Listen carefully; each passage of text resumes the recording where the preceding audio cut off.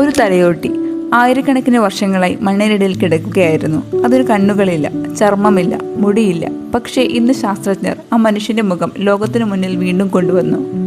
എന്നാൽ എങ്ങനെ? വെറും അസ്ഥിയും DNA-യും ഉപയോഗിച്ച് ഒരു മനുഷ്യന്റെ മുഖം പുനർനിർമ്മിക്കാൻ ശരിക്കും കഴിയുമോ? ഇന്ന് നമുക്ക് അത് മനസ്സിലാക്കാം.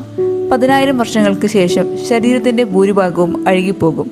എന്നാൽ ചില ഭാഗങ്ങളിൽ DNA സംരക്ഷിക്കപ്പെടാം. പ്രധാനമായും പല്ലുകൾ, ചെവിക്കുള്ളിലെ പെട്രസ് ബോൺ.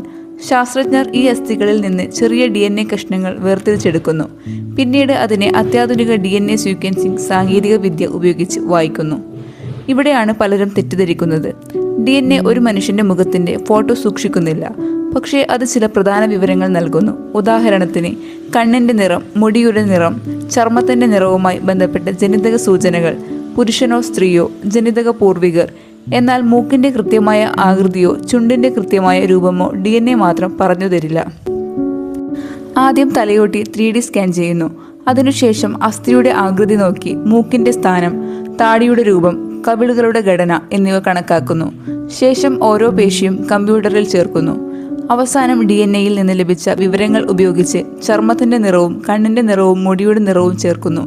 ഇങ്ങനെയാണ് ആയിരക്കണക്കിന് വർഷങ്ങൾക്ക് മുമ്പ് ജീവിച്ച ഒരാളുടെ ഏറ്റവും സാധ്യതയുള്ള മുഖം ശാസ്ത്രജ്ഞർ പുനർനിർമ്മിക്കുന്നത്. ഈ മുഖം 100% കൃത്യമാണെന്ന് ശാസ്ത്രജ്ഞർ പറയുന്നില്ല. ഇത് ലഭ്യമായ തെളിവുകളുടെ അടിസ്ഥാനത്തിൽ തയ്യാറാക്കിയ ഏറ്റവും സാധ്യതയുള്ള രൂപമാണ്. ഓരോ പുതിയ DNA കണ്ടെത്തലും മനുഷ്യചരിത്രത്തെക്കുറിച്ചുള്ള നമ്മുടെ അറിവ് മാറ്റിക്കൊണ്ടിരിക്കുന്നു.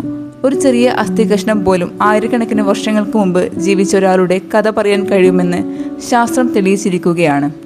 ഇത്തരം കൗതുകകരമായ ശാസ്ത്ര ഡോക്യുമെൻ്ററികൾ ഇഷ്ടമാണെങ്കിൽ വീഡിയോ ലൈക്ക് ചെയ്യാനും ചാനൽ സബ്സ്ക്രൈബ് ചെയ്യാനും മറക്കരുത്.